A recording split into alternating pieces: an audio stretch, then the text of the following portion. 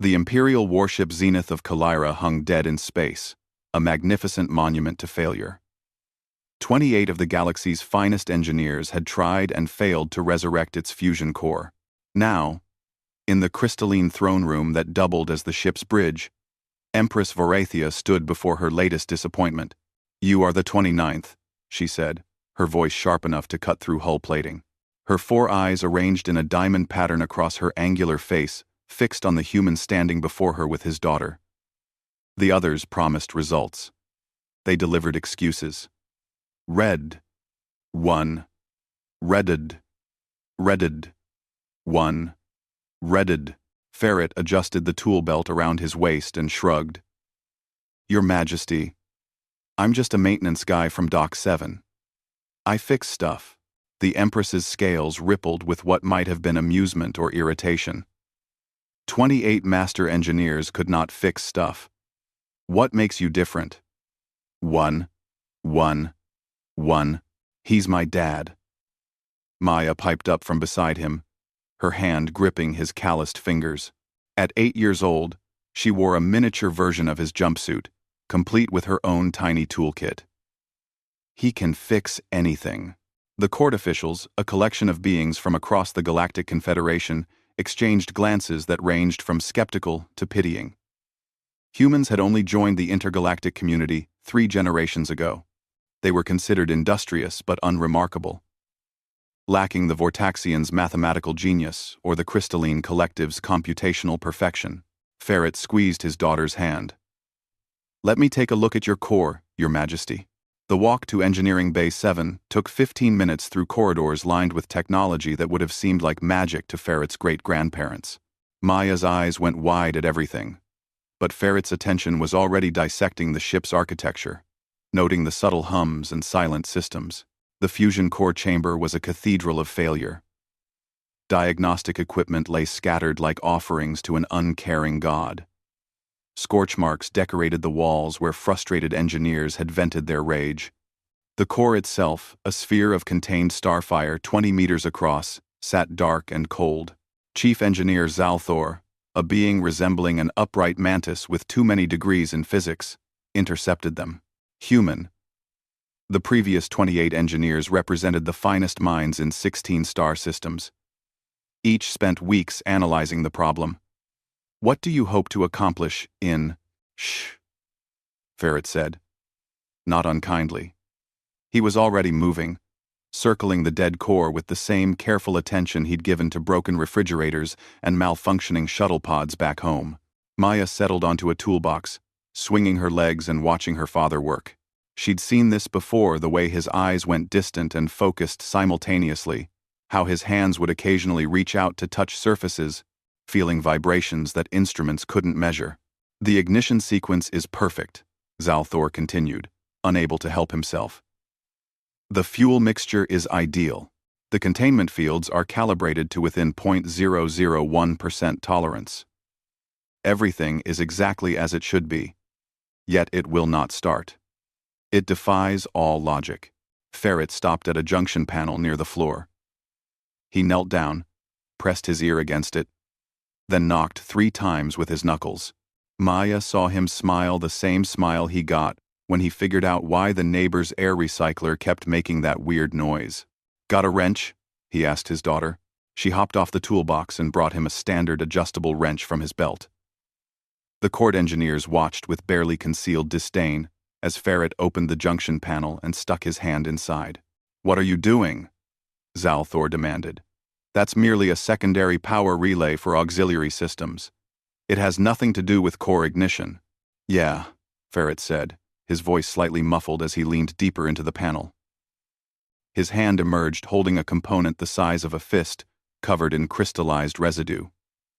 "When was the last time you cleaned your capacitor coils?" The silence that followed was deafening. "The auxiliary systems are self-maintaining," another engineer finally said, a crystalline being whose voice chimed like wind chimes. "They don't require maintenance." Ferret finished, raising an eyebrow. He showed them the component. "This thing is choked with magnetic particulate buildup.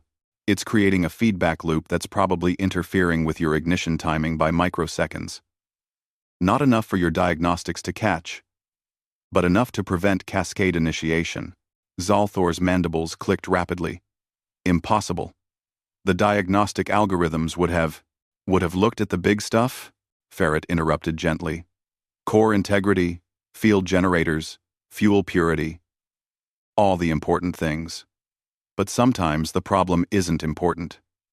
It's just there. He spent the next hour doing what the galaxy's finest engineers hadn't thought to do. Basic maintenance. He cleaned corroded contacts. He replaced filter membranes that were technically still within operational parameters but working at reduced efficiency. He tightened connections that had loosened from months of failed startup attempts, each one creating tiny vibrations that compounded into system-wide dissonance. Maya helped, holding tools and wiping down components with cleaning solution. The court engineers watched in growing disbelief as this human father-daughter team performed tasks that were beneath the dignity of their advanced degrees. "Try it now," Ferret finally said, wiping his hands on a rag. Zalthor looked like he wanted to protest, but the Empress had entered the chamber unnoticed, her presence silencing all objections. She nodded to her chief engineer. The ignition sequence began. Ferret picked up Maya, setting her on his shoulders so she could see better. The core began to glow, soft at first, then building to a contained fury that filled the chamber with light and warmth. System displays that had been dark for 3 months blazed to life. The ship's heartbeat returned. The Empress approached Ferret with an expression that might have been respect. "You succeeded, where 28 masters failed." "How?" N. W. N. Ferret set Maya down and shrugged. "Your Majesty, those engineers knew more about fusion physics than I'll ever learn. But I've been fixing things since I was knee-high. My dad taught me, and his dad taught him. We learned that most problems aren't complicated. They're just ignored. The little things everyone thinks aren't worth their time. The humans have a saying," Maya added proudly. "If it ain't broke, don't fix it. But Dad says that's wrong. He says you should fix it before it breaks." The Empress's laugh was like thunder. 28 geniuses defeated by dust and loose connections. She looked at Ferret with all 4 eyes.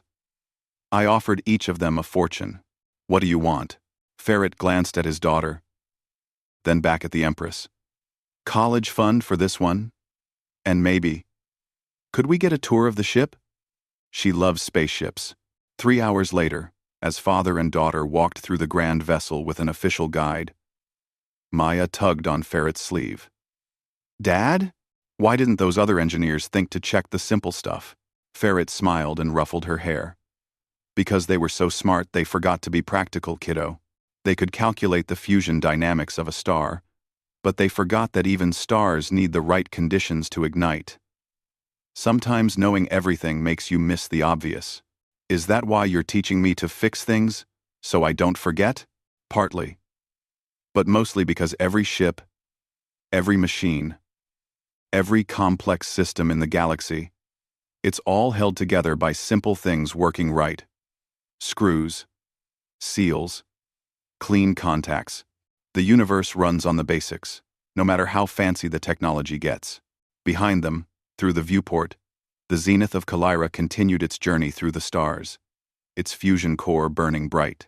In Engineering Bay 7, Chief Engineer Zalthor stared at the cleaning supplies Ferret had left behind, having a revelation that would change maintenance protocols across the Galactic Confederation.